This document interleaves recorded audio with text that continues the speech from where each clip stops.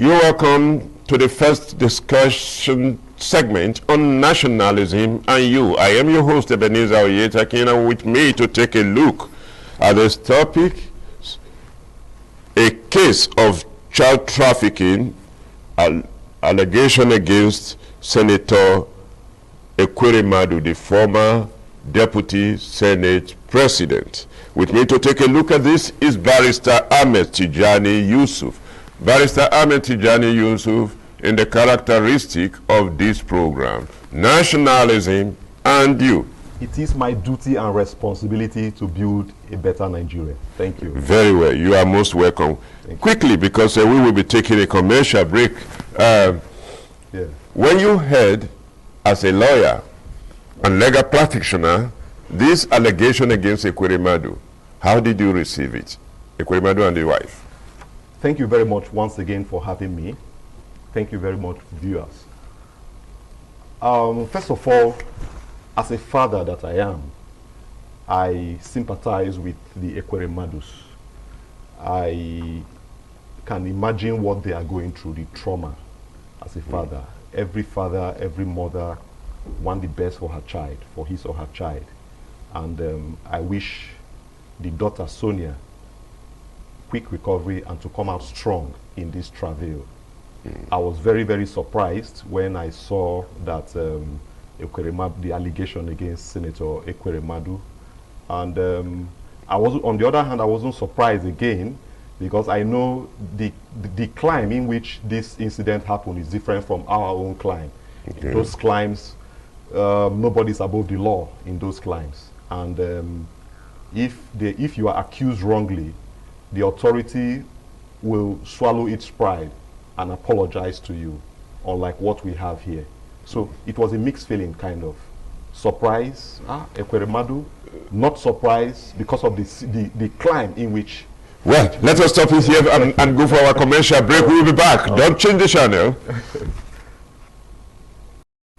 Yes, you're welcome back. Still with Barrister Ahmed Tijani, and we are looking at the case of child trafficking allegation against the former Deputy Senate President, Ekweremadu. Why do you think this allegation came up like that? Because to many Nigerians it is shocking, because someone that is considered as a national asset, someone of the status of Ekweremadu, ought to have a kind of protocol that's supposed to harmonized, no matter what we feel about the daughter. Yes, like a father we will always want to sympathize with him, but in terms of protocols,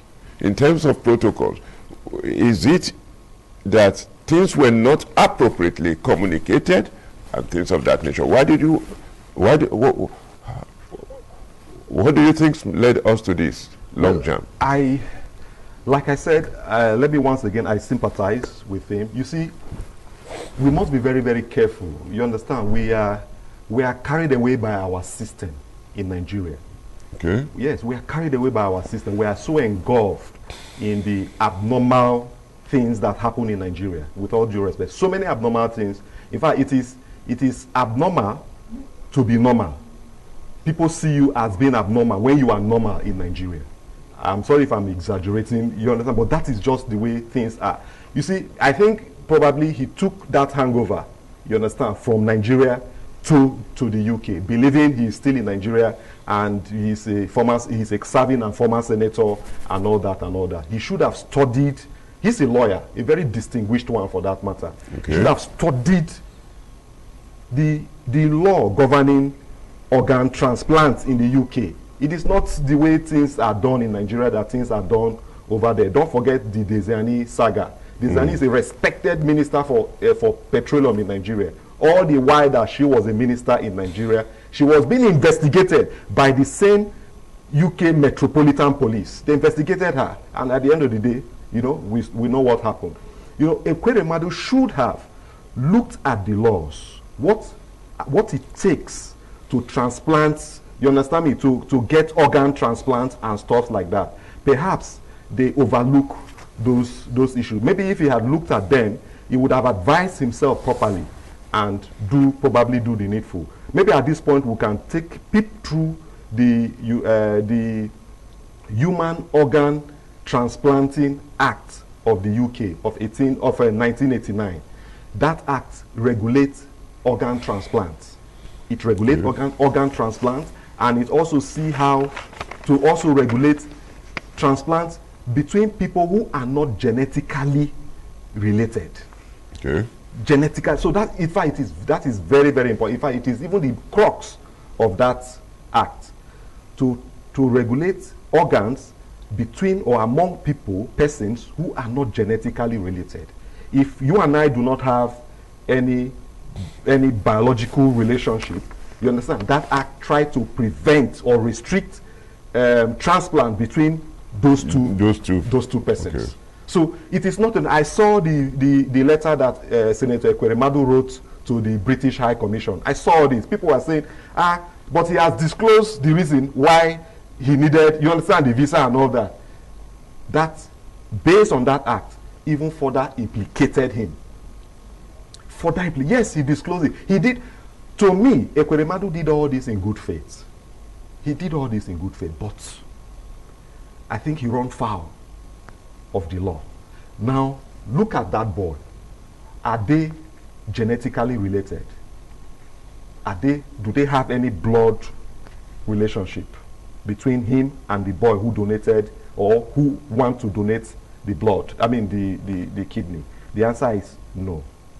Now, the act also further states, for anybody who is not genetically related to you, who wants to donate kidney to you, there must be evidence. They must satisfy themselves that the person donating to you is doing it without coercion and no money was paid. He mustn't pay any money. He did it willingly. From the look of things, do you think this boy will be willing to cooperate? That is the question. Now, some information had it that the boy is not even aware. Yes. So the information have it that the boy is not even aware that he was going to donate his organ. And it so also appeared that the boy was not subjected to any medical test in Nigeria, yes, of compatibility, yes, and the rest of it. Of his organ and the organ of the daughter. Exactly. Yes. I know. When you take all of this situation, all of this into consideration, yes, and knowing the high esteem position Ekweremadu has occupied, yes, can he be excused on this? This is what I said. We are carried away by the abnormalities of our situation. We take it over to other clients, thinking that is the same way they behave. We don't do our due diligence here. They ought to have find out whether that boy in question, that is if we have the means and the wherewithal to do that in Nigeria. Again, this is a lesson. Ekweremadu's case is a lesson. If it will ever be a lesson to our leaders, it should be a lesson to our leaders. It should be a lesson to them. So what lessons do we learn from this? Let us itemize the lessons. The lesson is they should make haze while the sun shines. Ekweremadu has been a senator since 2003, over 20 years now. What has he done? What are his contributions to the health sector in Nigeria? Not just him. People may say, hey, he's a senator, his responsibility is to make law. He can influence very, very strong and viable health center in Nigeria, in his own community. At that point, there wouldn't be any need for him to have taken his daughter abroad for this organ transplant. We would have had centers, kidney centers, viable kidney centers, functional kidney centers, where the daughter can be attended to. And I'm very sure somebody like Senator Ekweremadu, if all these things were to be in Nigeria, I don't think any court will detain in Nigeria. No court will detain Ekweremadu that long. You see, the case is coming up on the 7th of July. Yeah, good. No court in Nigeria for such. Now let us take a look at this briefly. The child in question The UK is saying it's 15 years. The Nigerian immigration are saying it's about 21 years. Yeah. And the younger brother of the so-called boy is saying it's 25 years. 25 years. And the rest of it.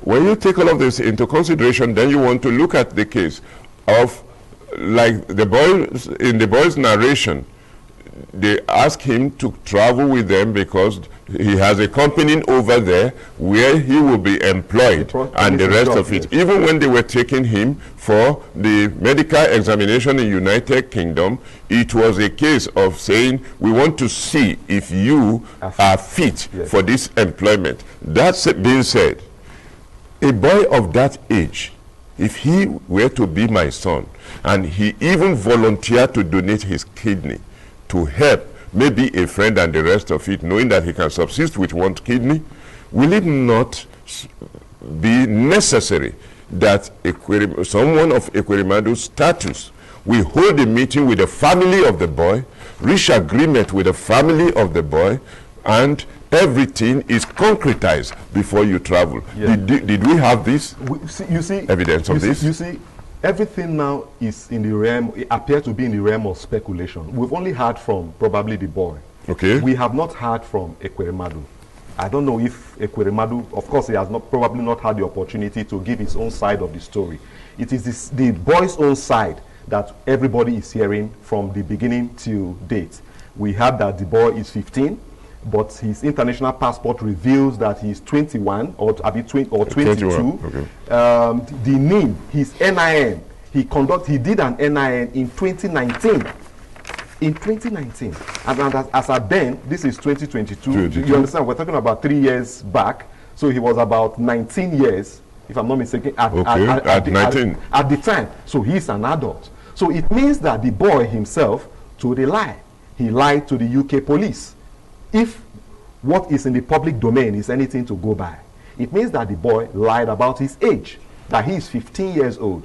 Meanwhile, he's 19 because his NIN, when he did his NIN as of 2019, I think he was about 18, 19 at the time. So he did his passport. This passport was just this year.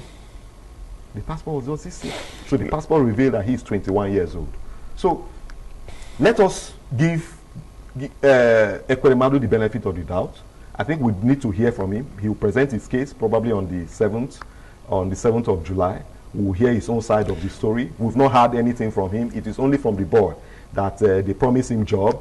The whole essence of the medical check was to check whether he's physically fit for the job. Fit for the job. Only for the doctor. It was that day that they were telling him. The doctor told him that they want to check. They want to remove his kidney, and he told the doctor, why? I'm not aware. No one told me. And moreover, I'm 15 years old, and stuff like that. So the doctor was even the one who raised alarm, not even him.